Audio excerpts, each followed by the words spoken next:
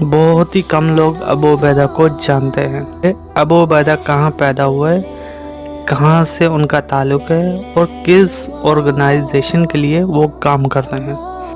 السلام علیکم، امید ہے تمام لوگ خیریت سے ہوں گے۔ ناظرین و گرامی، ابو عبیدہ ایک فلسطینی عسکریت پسند کا نام ہے جو عزال الدین القسام بریگیڈ کا ترجمان ہے۔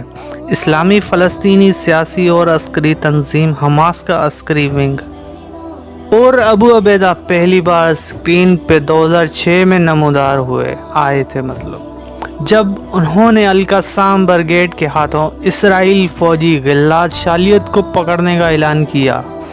اس کے بعد سے ان کی شناخت نامعلوم ہے اور ان کا چہرہ میڈیا میں ظاہر نہیں ہوتا۔ 2006 سے اور انہیں ابو عبیدہ کا لقب ابو عبید کے نام سے دیا گیا، جس نے یروشلم کو